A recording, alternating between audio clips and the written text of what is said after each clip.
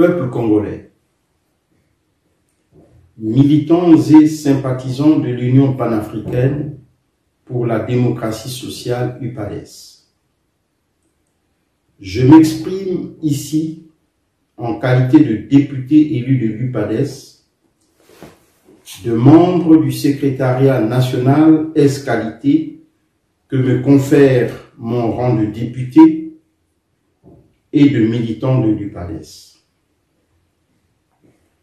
J'évite ainsi les vocables de courant ou esprit UPADES pour permettre à mes contradicteurs de me combattre sans se cacher derrière ces vocables. Le premier secrétaire issu du congrès de 2013 a plongé notre parti et la démocratie congolaise dans une crise de valeurs sans précédent.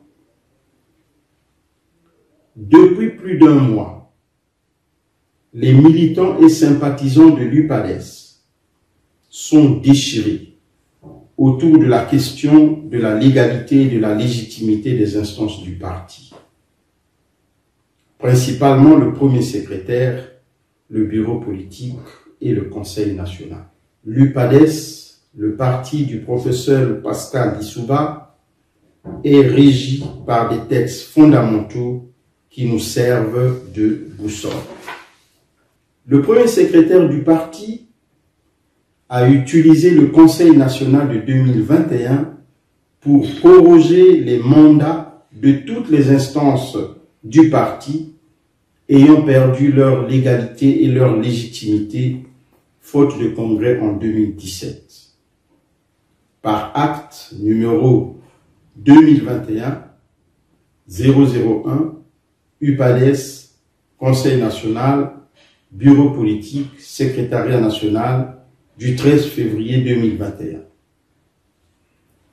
Alors que l'article 71 des statuts stipule clairement que le Conseil national a pour vocation de veiller à l'exécution des orientations, des directives, des recommandations et des délibérations adoptées par le Congrès. Nous devons prendre en compte que le Conseil national a eu lieu sans convoquer au préalable une session du bureau politique. Alors que l'article 78 des statuts nous enseigne que le bureau politique est compétent pour préparer les sessions du Conseil national. Redoutons certainement la réaction du bureau politique dans la convocation de ce Conseil national de 2021. Le premier secrétaire a omis de convoquer ce bureau politique.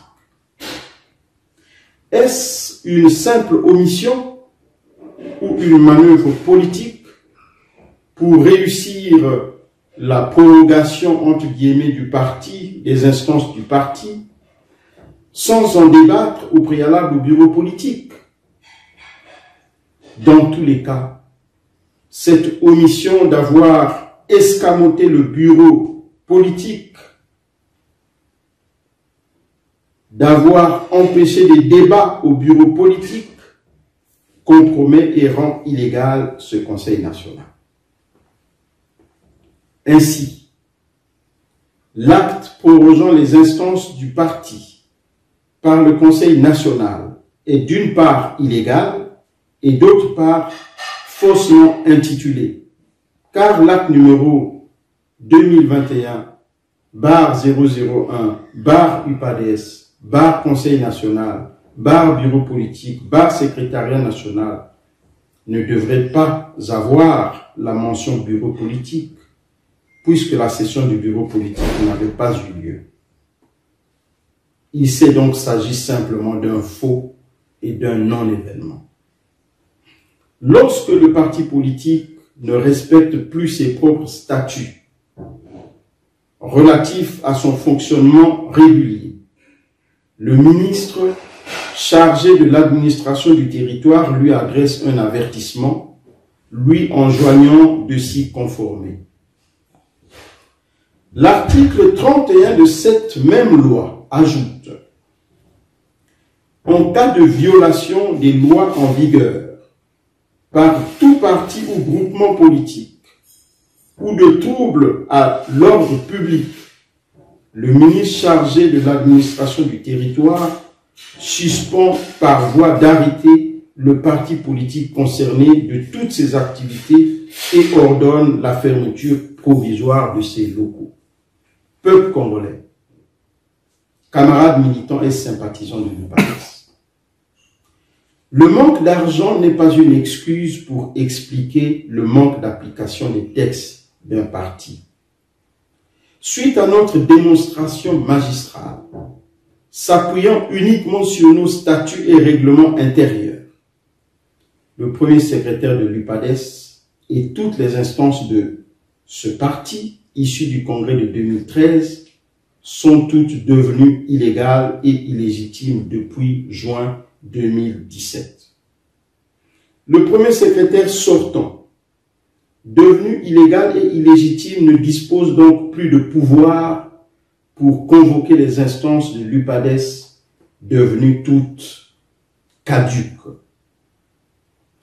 Le ministre de l'Intérieur, sur la base de la loi numéro 20-2017 du 12 mai 2017, dans ses articles 30 et 31, devrait faciliter la tenue d'un dialogue interne à l'UPADES, processus conduisant vers la mise en place d'une commission ad hoc qui conduira l'UPADES vers le Congrès, seul habilité à mettre en place toutes les instances du parti. Vive le Congo, vive l'UPADES, vive la démocratie. Je vous remercie. Honorable docteur, bienvenue Victor Nzamba.